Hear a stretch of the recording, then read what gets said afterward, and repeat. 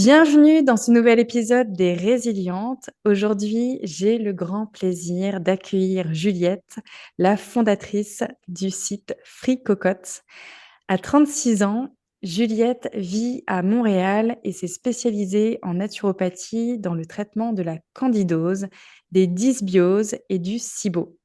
Après avoir elle-même traversé l'épreuve de la candidose pendant plusieurs années, elle a transformé cette expérience en une véritable mission: aider celles et ceux qui, comme elle, cherchent une voie vers la guérison et le bien-être.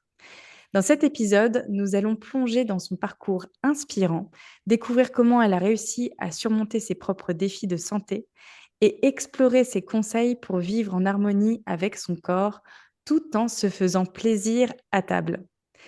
Bienvenue Juliette dans Les Résilientes. Merci Caroline. Moi je suis ravie d'être là. Merci beaucoup pour ton invitation. On m'a jamais aussi bien présentée. C'est tout à fait pertinent et aussi très beau, donc merci beaucoup. Et avec grand plaisir, c'est mérité. Est-ce que tu pourrais, s'il te plaît, te présenter avec tes mots pour les personnes qui ne te connaissent pas encore? Oui, donc c'est vrai que tu as vraiment bien résumé. Voilà, je suis naturopathe spécialisée en candidose depuis 2019 et j'ai moi-même souffert de candidose. Donc ça, voilà, c'est ce qui me caractérise vraiment, on va dire, professionnellement. Ce qui est important de dire aussi, c'est que ce travail-là, je l'exerce au travers de mon blog qui s'appelle Fricocotte. Donc là, vous pouvez voir le nom s'afficher à côté de mon prénom. Sur Fricocode, j'ai aussi des vidéos hein, via ma chaîne YouTube, réseaux sociaux. Et en tout cas, voilà, mon métier s'exerce voilà, surtout sur Internet. C'est comme ça que je partage mon savoir. Donc voilà, ça c'est pour la partie pro. Et effectivement, tu es bien renseigné sur mon âge, sur mon lieu de vie. Je suis à Montréal depuis 2019 aussi. Hein, ça s'est fait en même temps. Au moment où je suis partie à Montréal avec mon conjoint, c'est là aussi que j'ai fait ma transition vraiment vers le métier de naturopathe à 100% et que je me suis très vite spécialisée dans les troubles digestifs, puis la candidose dès 2020. Hein, voilà. Et sinon, pour en dire un peu plus dans ma vie perso, j'ai pas d'enfant, c'est un choix perso, mais j'ai un petit chien très intense, donc il est souvent en story, elle s'appelle Ina. J'ai fait pas mal de sport, ça aussi je le mets beaucoup en story. Pas mal de sports d'extérieur, j'aime bien les sports de sensation comme le windsurf, le ski aussi l'hiver, on peut vraiment profiter de tout ça à Montréal assez facilement. Et j'aime aussi beaucoup la Zumba. Je suis quelqu'un qui adore danser et quand on trouve une super classe de Zumba avec des super copines, c'est juste le bonheur. Voilà. Voilà un petit peu pour dire qu'est-ce qui constitue ma vie, mon histoire. Avant d'être naturo, pour info, je travaillais en bureau, on va dire, un travail, on va dire, un peu euh, classique, conventionnel, je sais pas comment on pourrait le qualifier, mais bref, j'étais dans la gestion de projet informatique. Et ce sont mes soucis de santé qui ont fait que je me suis tournée vers la naturo d'abord pour aller mieux moi, et ensuite, euh, on en parlera peut-être, mais il y a vraiment eu un déclic de dire, en fait, c'est ça que je veux faire, quoi. Ça fait tellement de sens. Voilà. Hmm. Eh bien, merci pour ta belle présentation. Alors, pour commencer, est-ce que tu pourrais nous raconter ton parcours personnel? Comment tu as découvert que tu souffrais de candidose? Et alors, euh, c'est vraiment une question intéressante parce que la candidose, c'est encore particulier. Quand je vais expliquer, on va comprendre. Moi, j'ai eu de plus en plus de problèmes de santé au début de mon âge adulte, tu vois, 18, 20 ans. Des migraines, des cystites, des maux de ventre. Je prenais de plus en plus de médicaments à chaque fois pour régler justement les problèmes de maux de tête, les problèmes de circulation sanguine aussi. J'avais beaucoup de problèmes de circulation sanguine qui m'empêchaient de dormir la nuit, donc somnifères. Bref, j'avais tout un méli-mélo de symptômes. J'ai une vidéo là-dessus sur YouTube où j'explique et j'avais retrouvé que j'avais à peu près 25 symptômes. C'est vraiment le minimum, c'est ce que j'ai retrouvé. Effectivement, voilà, j'en suis arrivée là. Et j'étais tellement dans l'impasse au niveau médical parce que je me rendais bien compte que je prenais plein de médicaments tous les jours. Hein. Tous les jours, je prenais au moins un médicament. Que ce soit parce que j'ai une migraine, parce que j'ai mal au ventre. Il y avait de tout, de l'aspirine, du Doliprane, le Spasfon, etc. Et bah, je commençais à me dire, j'avais l'impression qu'il y a quand même quelque chose de global qui déconne et à chercher sur Internet des solutions naturelles à chacun de mes symptômes, en fait. Je cherchais pas encore vraiment quelque chose de global, mais voilà. Et en fait, régulièrement, au travers de ces recherches qui étaient quand même assez longues, genre la nuit, tu sais, à 3 heures du mat, avec une cystite qui te fait super mal, tu te dis, non mais attends, qu'est-ce que je peux faire? Est-ce qu'il n'y a pas, vu que les médicaments ils marchent pas, est-ce qu'il n'y a pas quelque chose à faire en plus, etc. Je retombais régulièrement sur la notion de candidose. Et au début, il y avait pas vraiment un déni, mais je prenais du recul en me disant, attends, ça a l'air d'être l'horreur, notamment à cause du régime alimentaire qui était décrit comme solution, qui moi me paraissait mais draconien, quoi. Vraiment, c'était complètement éloigné de ce que je faisais à l'époque, parce que je mangeais énormément de sucre notamment. Et donc, ben, disons que ça, c'était vers 2014, il y a 10 ans, et finalement, il y a 10 ans, la candidose, c'était encore très connoté invention, limite invention par des charlatans qui veulent te prendre ton argent, ce qui n'a aucun sens, très honnêtement, parce qu'en plus, il n'y avait pas tellement de choses à vendre derrière, c'était plutôt des sites d'information. Je me souviens d'un site en Suisse, plutôt des petits sites, mais voilà, c'était pas très connu, mais je retombais quand même là-dessus quand je faisais des recherches avec tous mes symptômes. Et il y avait ce côté, non mais bon, c'était pas vraiment du déni, parce que je collais complètement aux critères, on va dire, à la fois en termes de symptômes et d'historique, parce que j'avais pris énormément d'antibiotiques. Donc ça collait complètement, mais je me disais, en fait, enfin, non, quoi, ça va pas être possible de toute façon de faire le régime. Puis en plus, ça m'a pas l'air d'être des sites très sérieux, donc voilà, on met ça un peu de côté. Et puis en fait, en 2014, j'ai quand même rencontré une naturo qui essayait de m'aider, mais ça ne marchait pas du tout. Mais elle m'a dit, je me demande s'il n'y a pas un problème de candidose. Je me suis dit, ah, on en reparle. Et j'ai rencontré aussi un médecin nutritionniste. Pareil, j'ai vraiment pas accroché pour diverses raisons. Mais il m'a dit, bon, écoutez, on commence comme ça, mais je crois qu'il y a peut-être un problème de candidose. Et donc, je me suis... En 2014, il y a eu ce truc de dire, ouais, bon, ça ressemble quand même. Et en 2015, je cherche quelqu'un de vraiment... Je me dis, bon, ok, c'est ça, ça va être dur, mais je cherche quelqu'un qui s'y connaît bien et qui va t'aider. Et je tombe sur une naturopathe pas loin de chez moi qui avait fait un article sur la candidose, donc je me dis, bah, elle doit connaître, quoi. Et là, elle me fait remplir un questionnaire assez connu. Je crois que c'est celui du docteur Besson, que j'ai dû faire. Et où tu as un score à la fin. Alors, c'est généralement surévalué, mais le mien était très haut. Et donc, elle me dit, écoutez, moi, j'ai aucun doute pour vous que le protocole candidose, c'est ça qu'il faut faire. Il y a un problème avec ça. Bah, bien entendu, ça n'a pas valeur de diagnostic. Je suis naturopathe, c'est pas du corps médical, mais voilà. Et là, je lui dis, est-ce que je peux faire une prise de sang ou quelque chose? Elle m'a dit, il y en a, mais ça sert à rien. Vous allez jeter votre argent par les fenêtres. Et je cherche pas plus loin. Et on met en place en juin 2015 un protocole avec des antifongiques. Et en 3 jours, je vis un énorme die-off, c'est-à-dire que c'était à peu près le 20 juin. Il faisait chaud, il faisait beau, voilà. Et je tombe malade comme d'une grippe, euh, fièvre, maux de gorge. À l'époque, les virus étaient beaucoup plus... non, mais c'est fou, mais en 10 ans, il y a des choses qui ont changé. Les virus étaient vraiment très saisonniers avec l'hiver, hein. C'était rare d'avoir une grippe ou un Covid en été. Donc très très bizarre. Personne dans mon entourage n'était malade, mon conjoint ne tombe pas malade. Et là, comme j'avais lu pas mal sur la candidose, je me dis, c'est du die-off. Ça doit être du die-off. Cette fameuse réaction où quand le candidat meurt, tu peux avoir tout un tas de symptômes. Et notamment, pourquoi pas, des symptômes grippaux avec angine, ça arrive parfois. Donc là, je me dis, ben ouais, je pense que là, je suis sur le bon chemin, quoi, hein. On touche à quelque chose, donc top. Ça va être chiant ce régime, ça me coûte cher les compléments alimentaires, mais allons-y. Et effectivement, quelques semaines après, je vais mieux. Je vais mieux surtout au niveau moral. Je sens qu'il y a quelque chose qui bouge dans le bon sens au niveau énergie. Pour autant, c'est loin d'être la fin des problèmes, parce que ça a été long après de sortir de la candidose, hein, c'est souvent très long. Mais voilà, été 2015, je me dis, bon, bah, c'est sûr que je n'ai pas eu d'analyse claire et nette, euh, médicale, mais j'ai plus de doute, quoi. Donc jamais tu as eu, de la part de ton médecin généraliste, un diagnostic de candidose? Non, et effectivement, actuellement, c'est très rare, hein, c'est une maladie qui est pas reconnue. Mais à l'époque, c'était encore pire, hein. Donc, moi, ma médecin généraliste, c'est intéressant que tu poses cette question, parce que ma médecin généraliste, en 2014, elle me dit, elle était très sympa, hein, mais elle me dit, écoute, tu as plein de symptômes. Moi, je te sens comme quelqu'un de stressé, exigeant. D'ailleurs, elle m'avait dit, t'as ce côté Brie Van de Camp, que tout le monde connaît, je pense, enfin non, tout le monde ne connaît pas, mais il y a cette série Desperate Housewives, où il y a Brie Van de Camp, qui est rousse, comme moi, voilà. Je pense que des fois, il y a des raccourcis qui sont pas très utiles, mais, et qui est très psychorigide comme ça, hein.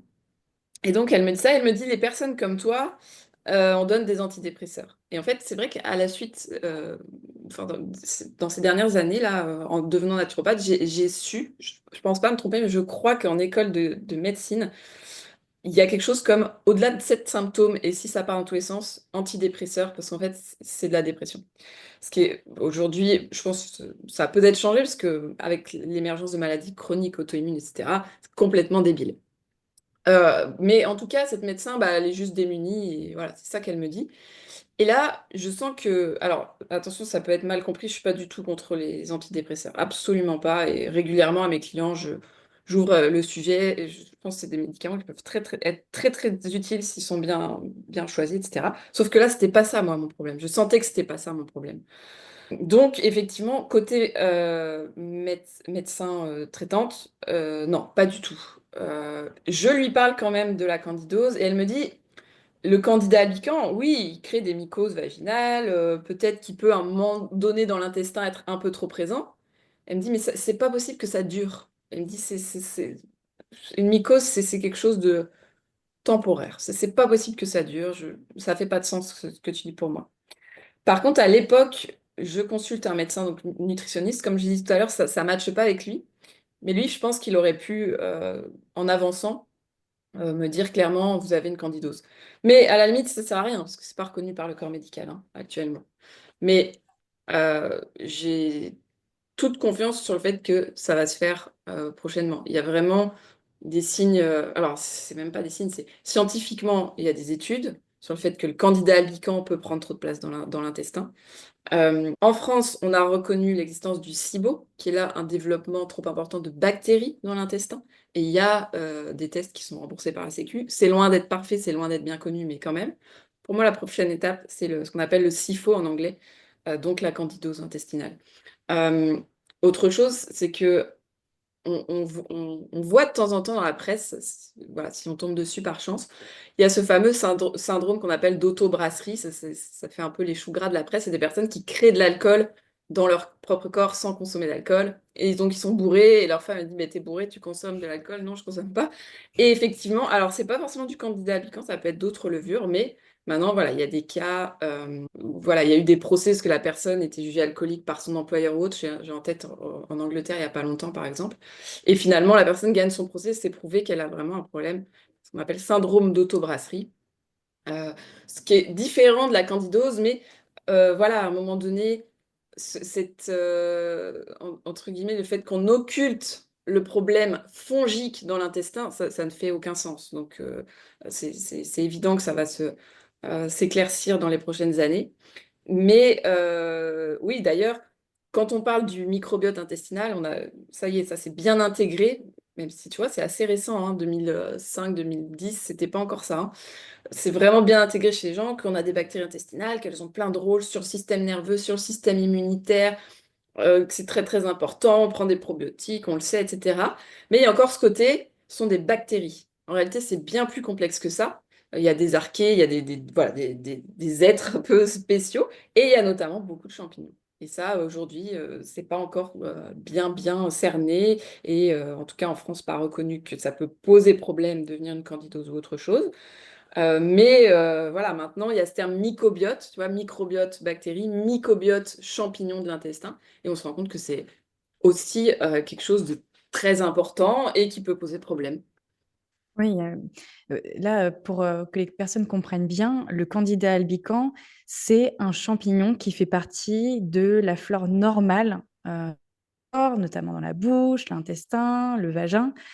Tout à fait. Hem Mais voilà, il peut s'avérer qu'il y ait, lorsqu'il y a un déséquilibre dans l'organisme, par exemple à cause d'un affaiblissement du système immunitaire ou l'utilisation d'antibiotiques, que le candidat albicans puisse proliférer de manière excessive. Et c'est là que peut apparaître ce terme de candidose.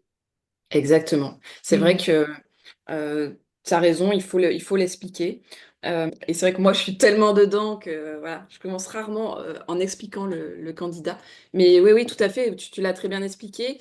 Et en fait, je résume souvent comme ça, c'est que médicalement, le candida albicans, il est très très connu. Pourquoi? Parce qu'il crée des mycoses buccales qui sont très résistantes, des mycoses vaginales qui sont parfois très résistantes. Il y a des femmes qui en ont une ou deux dans leur vie, et voilà, ça va. Il y en a qui en ont à chaque cycle. Il peut aussi créer des mycoses cutanées. En fait, c'est très opportuniste, hein. Voilà, il profite pas mal de choses. Mais il est aussi présent dans l'intestin. Mais en tout cas, pour toutes ces mycoses-là, les médecins connaissent ça par cœur. Il y a des médicaments, il y a des crèmes, il y a des ovules, pas de problème. Dans l'autre spectre, c'est ce qu'on appelle la candidémie. Et là, ne prenez pas peur, mais c'est une maladie très très grave où on peut, la prévalence du décès est quasi de 50%. Donc voilà, une fois qu'on Oui. est atteint de candidémie, on a une chance sur deux de décéder. Ne prenez pas peur, ce sont des maladies qui apparaissent souvent à l'hôpital en soins palliatifs sur des personnes qui sont déjà dans des situations très très graves. Donc c'est une maladie d'hôpital, on va dire. On peut dire même nosocomiale, je pense. Et ça peut être le candidat albicans, effectivement. Donc pour ces deux cas-là, le candidat albicans est très connu. Et ce qu'on peut noter aussi, c'est qu'il y a d'autres espèces de candidats qui font à peu près les mêmes choses, hein, qui peuvent faire des mycoses, qui peuvent faire des candidémies. L'année dernière, par exemple, au Québec, il y a eu des cas de candida auris dans les hôpitaux et où il y a eu de la mortalité, etc. Bon, on entend des fois parler de ce genre de choses. Donc pour ces deux choses-là, candidats hyper connus par le corps médical, par la science, aucun problème. Tous les médecins connaissent ça. Et entre guillemets, au milieu, il y a la candidose qu'on pourrait dire mycose intestinale. C'est comme votre mycose dans la bouche, euh, mais au niveau de l'intestin grêle, voire du côlon. Bon. Et ça, ben, pour l'instant, les médecins qui ne connaissent pas le sujet, bah, ils disent bah non, non. Alors que rationnellement, c'est absolument logique, puisque le candidat albicans vit dans l'intestin.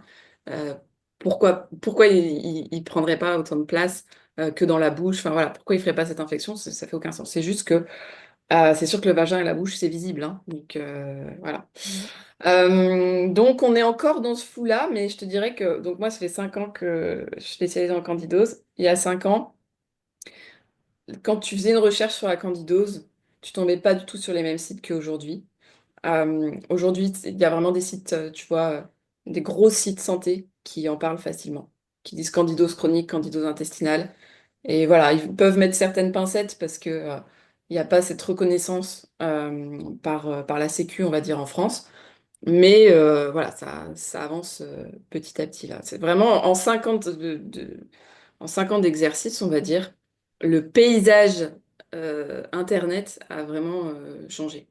Et donc, toi, tu découvres, on te rabâche un peu les oreilles, on te remet sur le plateau ce terme de candidose.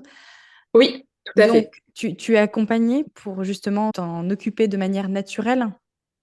Oui, donc ça, c'est donc juin 2015. Je passe la porte du cabinet d'une naturo qui a écrit un article sur la candidose. Et je me dis, bah voilà, elle doit connaître. Et donc, on lance les antifongiques. Je tombe dans ce gros die-off. Puis, je sens que tout n'est pas réglé, mais que ça va mieux. Et on continue les séances, du coup. On continue les séances. Et là, malheureusement, assez vite, ça dysfonctionne. À savoir que même si globalement j'allais mieux, déjà, ce qui se passe, c'est qu'au bout de 2 mois, elle me dit, écoutez, vous allez vraiment mieux, reprenez une vie quasiment normale. Alors moi, à l'époque, vie normale, ça veut dire, je peux boire du vin, je peux manger des pizzas, etc., et des biscuits et tout. Bon, j'y vais pas à ce point-là, mais tu vois, je me fais un resto avec entrée, plat, dessert, vin, et le lendemain, une migraine pas possible, retour de tous les symptômes, etc. Et donc, je lui écris, et là, elle me dit, bah, refaites le régime. Mais là, c'était pas clair, est-ce que je refais le régime? Et je reprends tous les compléments, bref, donc je la revois. Euh, Et là, on se retrouve dans une situation où j'ai énormément de questions, où je vais mieux, mais pas totalement, où des fois je prends un complément alimentaire, ça me fait des effets secondaires, elle me dit de l'arrêter, ensuite je sais pas si je dois le reprendre, et on n'y arrive pas, quoi. Et arrive un jour, à peu près 6 mois après, début 2016, où je me dis, en fait, quand je prends rendez-vous avec elle, c'est moi qui lui apprends des choses sur la candidose, ou en tout cas, j'ai l'impression d'en savoir plus qu'elle sur la candidose. Parce que bah, j'ai lu tellement dessus depuis que j'ai compris que c'était ça. Voilà, j'ai acheté les livres, j'ai lu des sites internet, etc. Que voilà, j'ai l'impression que finalement, avec elle, je tourne un peu en rond et que je saurais quoi faire. Donc, j'arrête de la voir globalement. Peut-être que je l'ai revue une fois en 2016, mais je suis même pas sûre. Et je me débrouille par moi-même. Et bon, j'avais fait le plus gros, j'avais, tu vois, le nom d'un bon labo parce qu'elle m'avait conseillé des produits. Donc, elle m'a aidée, c'est évident. Mais je continue par moi-même. OK. Et du coup, quelle est l'alimentation que tu as adoptée, pour, te débarrasser, de cette candidose? Alors, tu vois, c'est vrai qu'il y a un régime très spécifique pour la candidose où on va très fortement diminuer le gluten, éviter de surconsommer des glucides d'ailleurs, parce que c'est le carburant préféré du candidat.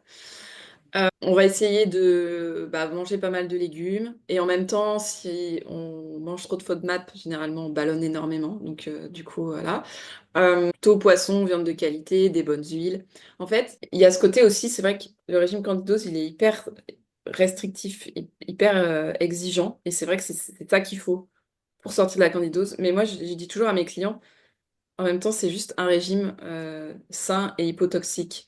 Ce que je veux dire par là, c'est quelqu'un qui viendrait avec une maladie auto-immune, tu vois, sévère. C'est également ça que je lui recommanderais comme régime, avec Mmh.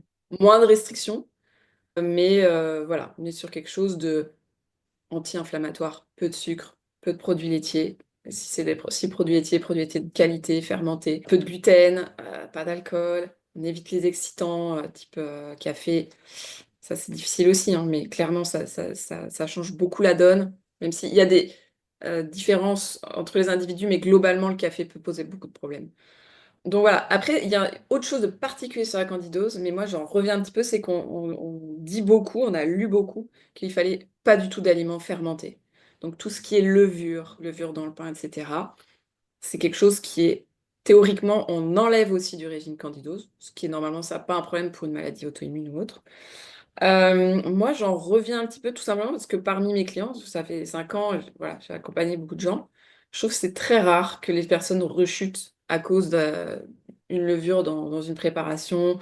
Avant, on disait même les champignons, tu vois, qu'on ne pouvait pas consommer de champignons. Je suis moins exigeante avec ça, mais à la base, moi, quand je fais le régime, c'est on te dit pas de mayonnaise parce qu'il y a du vinaigre et il faut pas de vinaigre parce que c'est fermenté. Donc du coup, tu prends une salade au restaurant, tu peux même pas prendre la sauce parce qu'il y a toujours un petit peu de vinaigre. Donc, et ça amène une complexité assez énorme, ce truc aussi des levures. Donc, écoute, voilà, quand la Naturum décrit le régime, je suis pas surprise parce que je me suis renseignée sur Internet. Mais pour moi, c'est l'horreur, quoi. Quand tu as une alimentation entre guillemets normale de quelqu'un de 25, 27 ans, j'avais. Pour moi, c'était l'horreur. Et aussi en termes logistiques, parce que moi, le midi, d'un coup à 13 h, j'avais faim au boulot, bah, j'allais chercher un sandwich, tu sais, avec un pain sans gluten complètement industriel. Enfin, voilà, quoi. Et là, j'avais une logistique, il fallait que j'emmène ma gamelle, enfin mon tupperware, quoi. Et C'était oui. vraiment dur. Mmh. Et du coup, oui, ça a été un défi pour toi et comment tu as pu surmonter, cet obstacle concernant ton nouveau mode alimentaire? Alors au début, moi, je suis quelqu'un assez la fin justifie les moyens. Donc à cette époque-là, j'étais vraiment très comme ça. Donc écoute, je dois me priver, je dois me priver, quoi. Je mange des trucs que je trouve pas bons, mais voilà, c'est comme ça. Ça m'aide pas trop parce que j'avais à l'époque un passé de troubles du comportement alimentaire, donc c'était pas évident. Mais en fait, si tu veux, avec la candidose, ce qui arrive souvent, ce qui m'est arrivé, c'est que quand tu manges mal, le lendemain, ou voire même dans la minute, hein, des fois c'est dans la minute, tu as des mycoses qui reviennent, des maux de tête, tu sens que ça va pas, quoi. Tu digères mal. Donc, en fait, tu te remets dans le droit chemin, tu vois, tu fais ça, puis à un moment donné, tu dis, bon, ok, je vais manger correctement, parce que sinon, je suis épuisée, j'ai la gueule de bois. C'est vrai que j'ai pas parlé de ça, j'avais beaucoup de gueule de bois. Le candidat albicans crée des toxines. et notamment une qui s'appelle l'acétaldéhyde. C'est la molécule que l'on crée quand on a trop bu d'alcool. Quand le foie est en train de le recycler, là, avant de l'évacuer, il y a tu sais, des phases de détoxification et après avoir traité l'alcool, il crée de l'acétaldéhyde. Le foie crée de l'acétaldéhyde, le corps crée de l'acétaldéhyde. Et ça nous donne cette fameuse gueule de bois. Bah, le candidat, lui, produit directement de l'acétaldéhyde dans ton corps. Donc, moi, j'avais vraiment ça, là, la gueule de bois. Donc, à un moment donné, quand je sais pas, tu manges un gâteau au resto et que le lendemain, tu as une grosse gueule de bois, bah, la fois suivante au resto, tu le prends pas, ton gâteau. Par contre, je me vengeais pas mal sur le gras. Tu vois, tout ce qui est purée d'amandes et tout ça, j'en parle souvent. C'est un des pièges du régime, c'est de se dire, OK, j'ai pas le droit au sucre, c'est pas grave. Je vais me faire des tartines, tu sais, de pain des fleurs avec une grosse couche de purée d'amandes.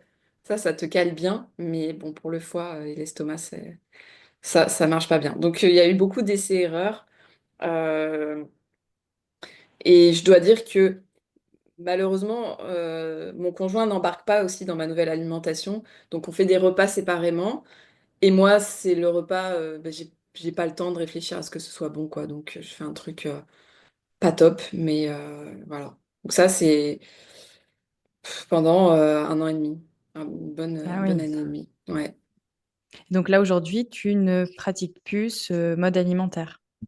Non, mais en fait, ce qui est intéressant, c'est que moi, bon, je suis naturopathe, mais naturellement, ce serait venu aussi. Je suis plus attirée par des choses qui me conviennent pas. Par exemple, je ne suis plus du tout attirée par le sucre. Ça, c'est aussi quand tu changes ta flore intestinale.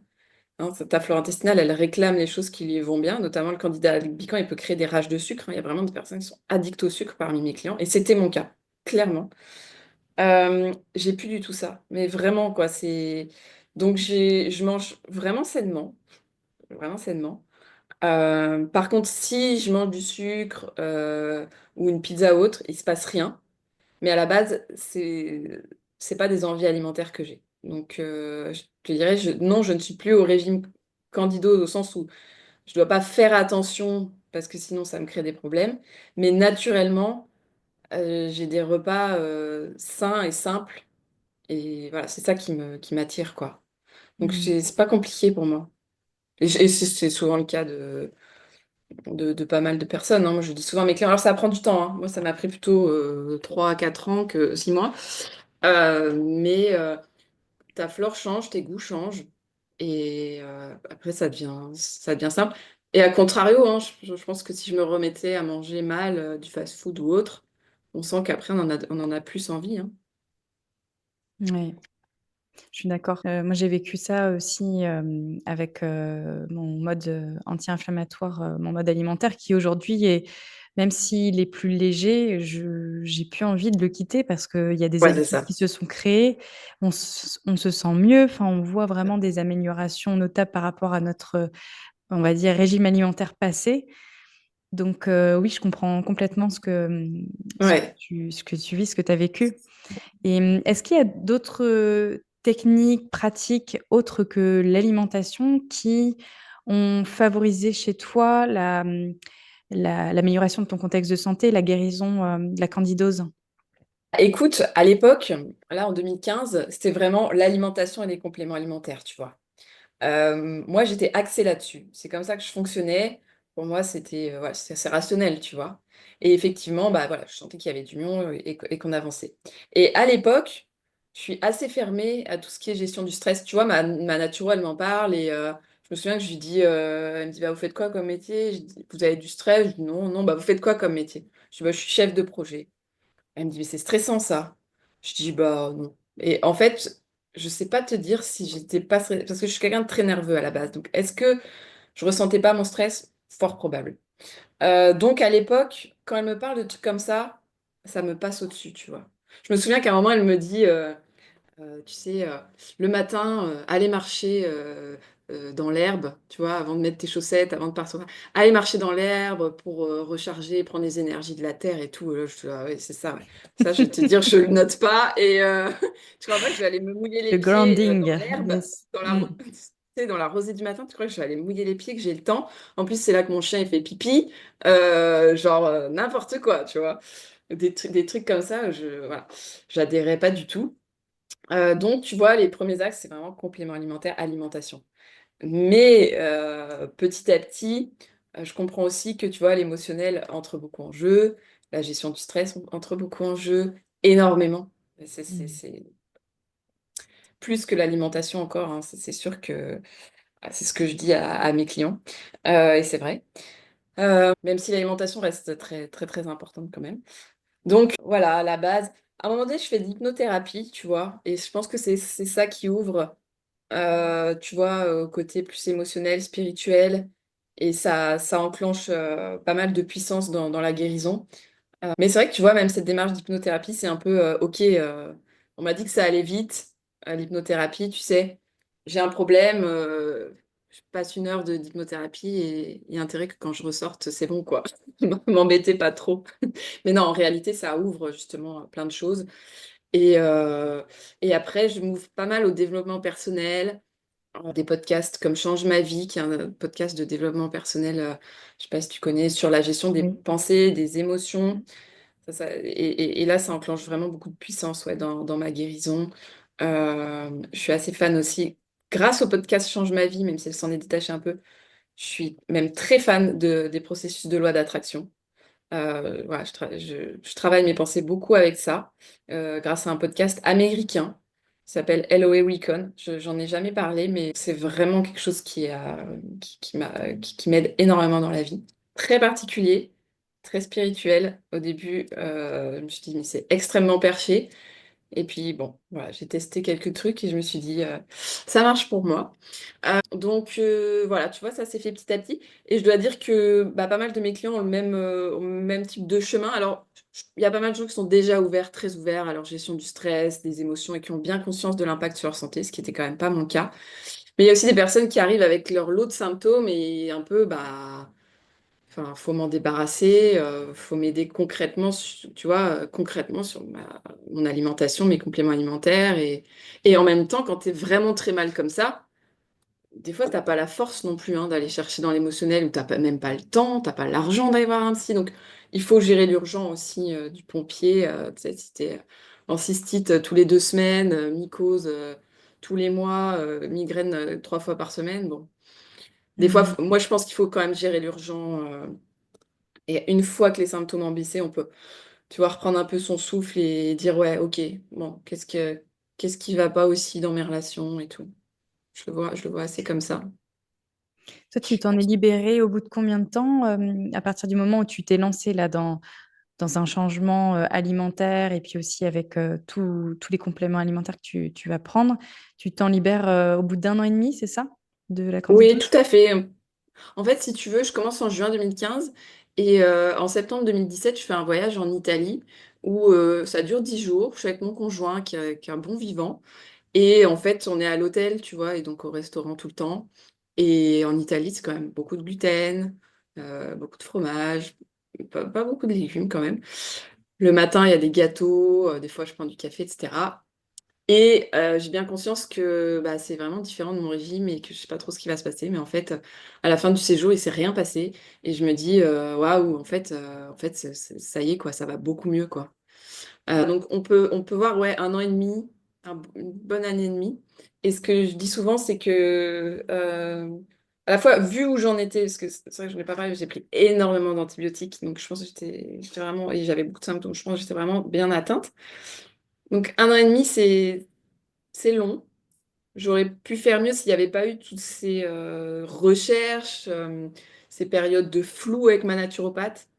Je pense que ça aurait pu être moins long, clairement. Et c'est ce que j'essaye d'éviter aux personnes qui me rejoignent sur mon programme, c'est que je leur dis, voilà, le but c'est que vous avez toutes les connaissances, nous on a l'expertise et on fait pour que ça aille le plus vite possible pour vous, quoi. Parce que je sais comment c'est le parcours Candido, c'est comme ce que j'expliquais. Tu vas avoir une naturo, elle t'aide, mais pas assez, t'envoies une autre. Les gens, ils perdent des années, clairement. Donc, moi, l'idée, c'est que voilà, j'aide au mieux et on y va euh, vraiment avec de la précision.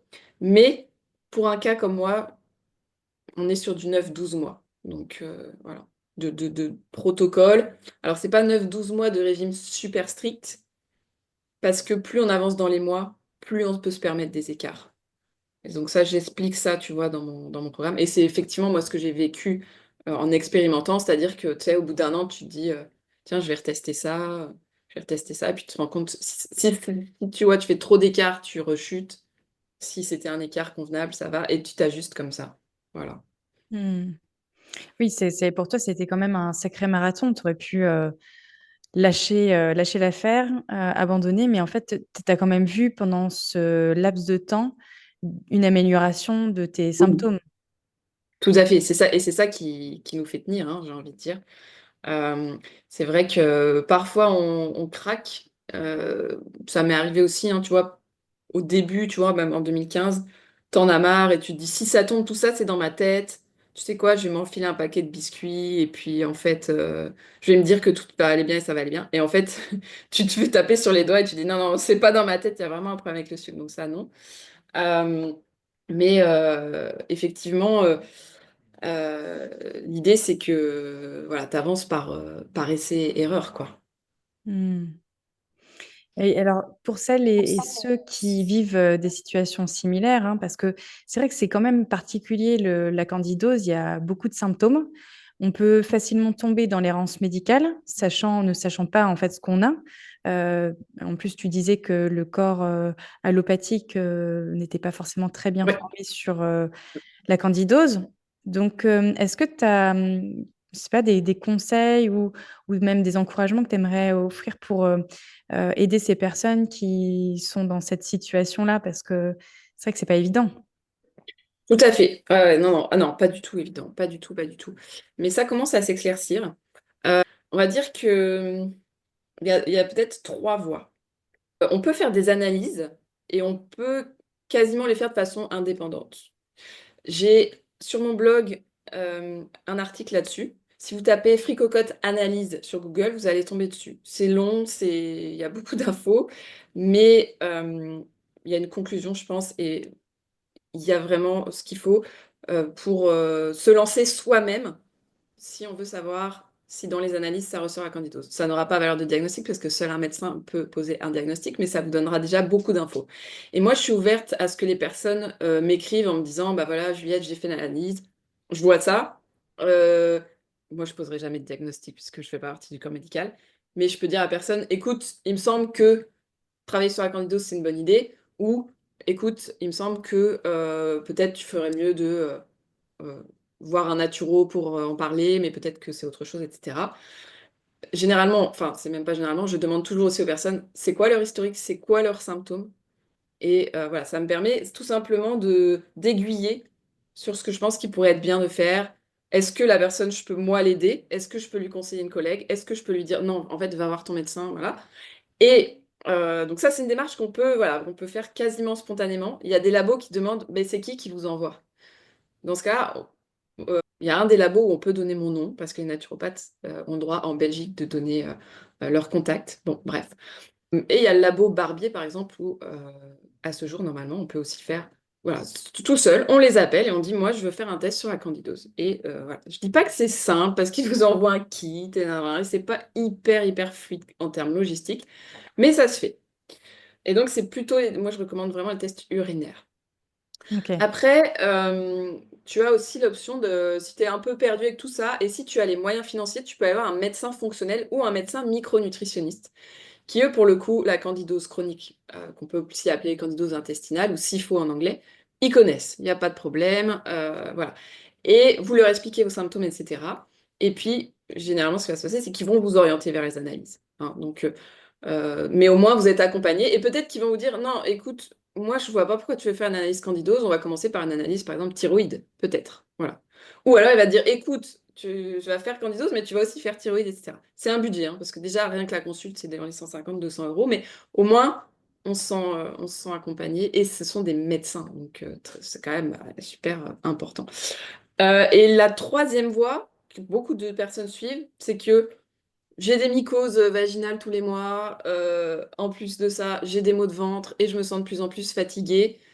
Entre guillemets, je m'auto-identifie comme ayant un problème avec le candidat. S'il y a des mycoses buccales, vaginales qui ont été identifiées par un labo, parce que les labos font des prélèvements hein, là-dessus, comme je disais en début d'échange, C'est très connu, les mycoses, donc ça, il n'y a pas de problème. Si, voilà, régulièrement, vous avez fait des analyses et on vous a dit, il y a du candida albicans dans le vagin, il y a du candida albicans ou dans la bouche, ouais. Et qu'en plus de ça, vous sentez que toute la santé elle se détracte, pardon, bah, il y a des gens qui disent, bon, tant qu'à faire, je vais m'économiser les 100 ou 200 euros d'analyse, parce que je sais que déjà, ça va me coûter très cher de faire appel à des naturaux, d'avoir des compléments, etc. Donc, en gros, j'y vais, euh, je fais un protocole où je vais faire euh, un régime, entre guillemets, et où je vais prendre des compléments. Donc, il y a vraiment ces trois voies-là. Super. Hmm.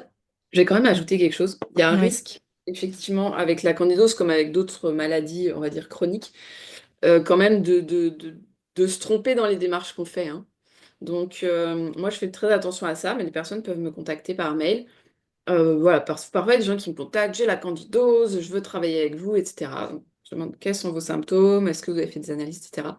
Et il faut bien comprendre que ça peut être autre chose. Ça peut être un SIBO, donc plutôt bactérien. Ça peut être des problèmes de thyroïde. Ça peut être des problèmes d'estomac. Ça peut être une maladie auto-immune. Et ça peut être un peu de tout ça mélangé. Et en naturopathie, comme on travaille au global avec le corps, on n'est pas trop embêté quand il y a plein de choses dans tous les sens. Si, dans mon programme, il soutient aussi la thyroïde, il soutient aussi l'estomac, etc. Mais en tout cas, attention aussi à ne pas se tromper parce que si on se trompe vraiment trop, ce serait dommage d'aller prendre des antifongiques, etc. Alors qu'en fait, on a une gastrite, par exemple, tu vois. Et comme sur Internet, il y a des listes de symptômes très très longs pour la candidose, ce qui est exact, hein, ça peut créer beaucoup de symptômes, mais parfois on pourrait se tromper et dire, ah ouais, écoute, moi j'ai mal à l'estomac, j'ai la candidose. Bah, peut-être que pas du tout, tu vois. Donc non, non, c'est pas évident. Mais avec ces trois choix-là, j'ai dit, hein, soit on fait des analyses tout seul avec ces fameux labos privés, hein, ça coûte cher, mais voilà. Soit encore plus cher, on se fait accompagner d'un médecin micronutritionniste ou fonctionnel pour faire le point et lui, il va nous faire des analyses. Soit effectivement vraiment on se dit écoute, j'ai des mycoses vaginales tous les mois, j'ai mal au ventre, de toute façon il faut que je fasse quelque chose pour mes mycoses vaginales, il y a un problème de candida, et on part sur un protocole naturel antifongique. merci pour tes précieux conseils. Où est-ce que, les personnes qui nous écoutent peuvent-elles te retrouver et te suivre? Bah, en fait, le plus simple, c'est d'aller sur mon blog, donc fricocotte.com. On peut taper fricocotte sur Google, là vous le voyez apparaître à côté de mon prénom. Et là, j'ai essayé que ce soit assez simple. Il y a un onglet besoin d'aide. Voilà, si vous souhaitez recevoir mes conseils par mail, vous pouvez vous inscrire à ma newsletter. C'est une façon de recevoir de l'aide. Je présente aussi mon accompagnement, mon e-book. Et puis après, selon les goûts de chacun, vous pouvez me suivre sur YouTube, sur Instagram ou sur Facebook. Et ça, c'est également expliqué sur mon blog. Donc voilà, le plus simple, c'est de taper Fricocotte sur Google. Et globalement, si vous vous inscrivez à ma newsletter, vous pourrez voir mon adresse mail et m'écrire. Génial. Mais merci beaucoup Juliette pour, ton témoignage inspirant. Avant, qu'on se quitte, est-ce que tu as un dernier message à adresser à ceux qui nous écoutent? Alors, oui, plusieurs choses quand même. D'abord, je voulais dire que je trouve le concept de ton podcast très très beau sur la résilience, le fait de... On traverse une épreuve, on en fait quelque chose pour les autres. C'est très très beau. C'est pas toujours possible, hein. Des fois, on traverse des épreuves de merde et on n'en fait rien, et c'est OK aussi, mais c'est très très intéressant quand une expérience malheureuse peut se traduire par de l'aide pour les autres. Je trouve ça vraiment très très beau. Et voilà, au-delà du concept, je trouve que tu fais ça très très bien. Donc pour les personnes qui te découvrent, bah, j'invite à aller voir les autres vidéos. J'ai vu des choses vraiment très inspirantes dans ce que tu as partagé, hein. Et c'est vraiment aidant pour une personne qui aujourd'hui souffre, aujourd'hui est complètement perdue, de voir qu'il y a des gens qui ont eu des situations, tu sais, même d'être en fauteuil roulant, d'être complètement assistés par les proches et qui aujourd'hui vont bien et aident d'autres personnes, c'est vraiment magnifique. Et je pense que enfin, c'est même pas, je pense, tu vois, en 2015, ça m'aurait fait du bien de voir ça. Et je sais qu'il y a beaucoup de gens qui ont besoin de ça et qu'on trouve, enfin, toute cette humanité et ce partage, cette résilience qu'on n'a pas en fait quand on est dans le parcours médical, quoi, où des fois on se prend des murs, voilà. Donc c'est vraiment vraiment chouette ce que tu fais, donc j'invite les personnes à aller voir. Et puis bah, un message effectivement d'espoir pour les personnes qui aujourd'hui vraiment souffrent. Je pense que voilà, des fois, on se sent vraiment, dans des impasses, mais il y a quand même, beaucoup de choses dans ces années-là, 2024, au niveau de la santé qui bougent. Hem, voilà, des médecins plus ouverts, ça, c'est quelque chose que je vois aussi. Il y a pas mal de personnes qui me disent, mon médecin généraliste, ça m'est arrivé hier, et ben, il comprend pas ce que je dis sur la candidose, il connaît pas, mais en fait, il est intéressé. Qu'est-ce que je peux lui envoyer comme info de ton blog? Qu'est-ce qui va le plus l'accrocher? Donc voilà, je pense qu'il faut garder espoir, il y a beaucoup de choses qui bougent. Merci énormément pour, tes mots, tous tes partages. J'ai passé un très bon moment avec Mmh. toi. Moi aussi. Juliette, je t'embrasse et je te dis à très Mmh. bientôt. Moi aussi, à très bientôt Caroline, merci beaucoup.